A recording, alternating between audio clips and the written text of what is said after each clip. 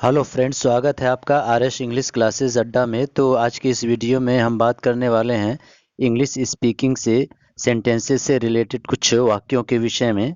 तो एक एक करके आइए हम लोग देखते हैं। तो यहाँ पर जो मैंने पहला लिया हुआ है वो है हमारा, मुझसे गुस्सा क्यों करते हो यार। ओके, क्या लिखा हुआ है? मुझसे गुस्सा क्यों करते हो यार। तो इसकी इंग्लिश जो है वो लिखा गया है कि why are you cross with me friend. तो ये जो टर्म आया हुआ है देख रहे हैं हम लोग, क्रॉस, ठीक है। तो इसका इंग्लिश हो जाएगा why are you cross with me friend. और सेकंड चलते हैं। तो सेकंड हमारा लिखा हुआ है कि आपे से बाहर क्यों हो रहे हो। ठीक है, ये हिंदी का एक वाक्य है, लिखा हुआ है आपे से बाहर क्यों हो रहे हो। इसका मतलब क्या होता है, जब किसी का जो टेम्पर यानी जो एंगर है वो उसको कंट्रोल नहीं कर पा रहा है, ठीक है। तो इसका देखिए क्या हो जाएगा, लिखा है why are you losing your temper. Temper मतलब क्या होता है, जो स्वभाव है। स्वभाव मतलब क्या, जैसे कि यहाँ पर लिखा हुआ है ना टेम्पर, यहाँ पर क्रोध से भी मतलब है एंगर, ठीक है।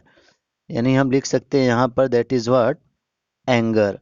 तो लिखा है why are you losing your temper. फिर अगला चलते हैं हम, यदि ऊपर चलें तो अगला जो हमारा यहाँ पर है वो लिखा हुआ है कि देख मुझे गुस्सा मत दिला। ठीक है, क्या लिखा है, देख मुझे गुस्सा मत दिला। तो इसका क्या हो जाएगा, सी। इसका ये हो गया डोंट मेक मी एंग्री, यानी मुझे गुस्सा मत दिला। डोंट मेक मी एंग्री हम बोलेंगे इसको। और फिर अगला हमारा फोर्थ है कि मैंने तुम्हारा क्या गलत किया है। जैसे होता है ना कभी कभी कि कुछ लोग क्या करते हैं, किसी को परेशान कर रहे हैं तो पूछता है। तो वही यहाँ पर लिखा हुआ है कि मैंने तुम्हारा क्या गलत किया है। तो इंग्लिश यहाँ पर लिखा हुआ है what wrong have I done to you, present perfect में। ओके, क्या लिखा है, what wrong have I done to you. फिर चलें आगे स्क्रॉल करके ऊपर, तो अगला फिर हमारा यहाँ पर लिखा हुआ है नंबर फिफ्थ, यानी ये वाला। और ये है हमारा उस समय तो मैं गुस्सा पी गया। देखिए अभी बड़ा इंपॉर्टेंट है, उस समय तो मैं गुस्सा पी गया। तो पीने के लिए तो ड्रिंक वर्ड का यूज़ किया जाता है, लेकिन यहाँ प्रेजेंस तो बनेगा नहीं हमारा, ठीक है। यहाँ बनेगा I bottled my anger at that moment. क्या बनेगा, I bottled my anger at that moment बनेगा। ओके। फिर सिक्स्थ वन है हमारा, यहाँ पर लिखा है सावधान दोबारा मत बोलना। ओके, लिखा है सावधान दोबारा मत बोलना। तो इसका क्या हो जाएगा, बीवेयर, यानी सावधान होता है डोंट अटर इट अगेन। ठीक है, एक तो हम जानते हैं बोलने को इंग्लिश में स्पीक वर्ड का यूज़ किया जाता है। ओके, इसके अलावा हमारा एक अटर वर्ड भी होता है। ओके, तो वही यहाँ पर है don't, sorry, beware don't utter it again. फिर चलते हैं, अगला जो सेंटेंस है हमारा, लिखा है कि घुमा फिरा कर बात मत करो। ठीक है, कभी कभी पूछा जाता है घुमा फिरा कर बात मत करो क्या होगा। तो इसका हो जाएगा बी स्ट्रेट फॉरवर्ड। मतलब क्या है कि टू द पॉइंट, यानी जो बात है उसको क्या करो, क्लियर एंड कट। ओके, तो वही कह रहा है कि बी स्ट्रेट फॉरवर्ड। और नंबर 8 है हमारा यहाँ पर, लिखा है चुल्लू भर पानी में डूब मरो। बड़ा ही इंपॉर्टेंट है और अक्सर लोग पूछते भी रहते हैं। तो सेंस अप्लाइड होता है। ओके, सेंस अप्लाइड है क्योंकि अब यहाँ पर हम समझेंगे कि अब चुल्लू का अंग्रेजी क्या होगा। तो ऐसा कुछ है नहीं, चुल्लू का अंग्रेजी नहीं, ठीक है।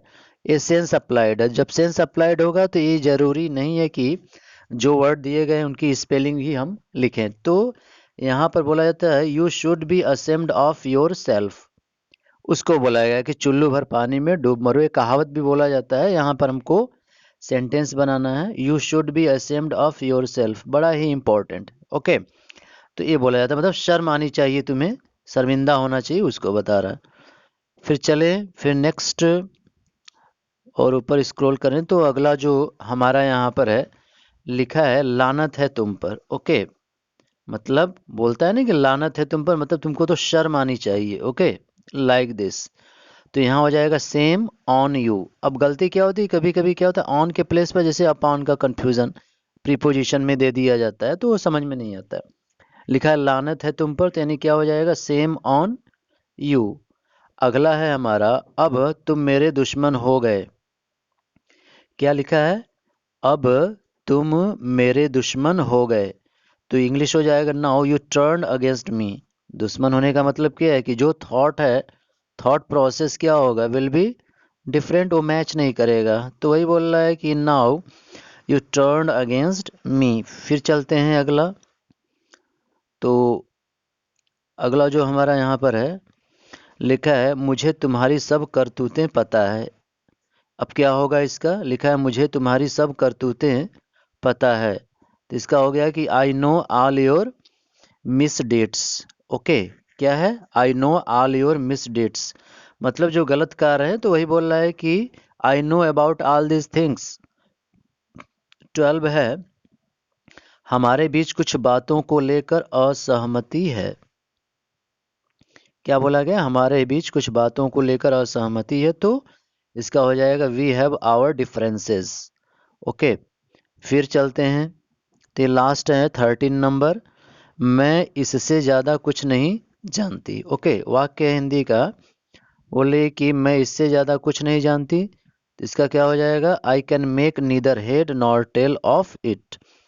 मतलब जैसे होता है ना, ABC एक इडियम होता है हमारा, जिसके विषय में मतलब कुछ भी नहीं पता। जैसे किसी को इंग्लिश नहीं आती है, तो एक सेंटेंस बन जाए, क्योंकि ये ABC का मतलब है कि बिल्कुल जानता ही नहीं।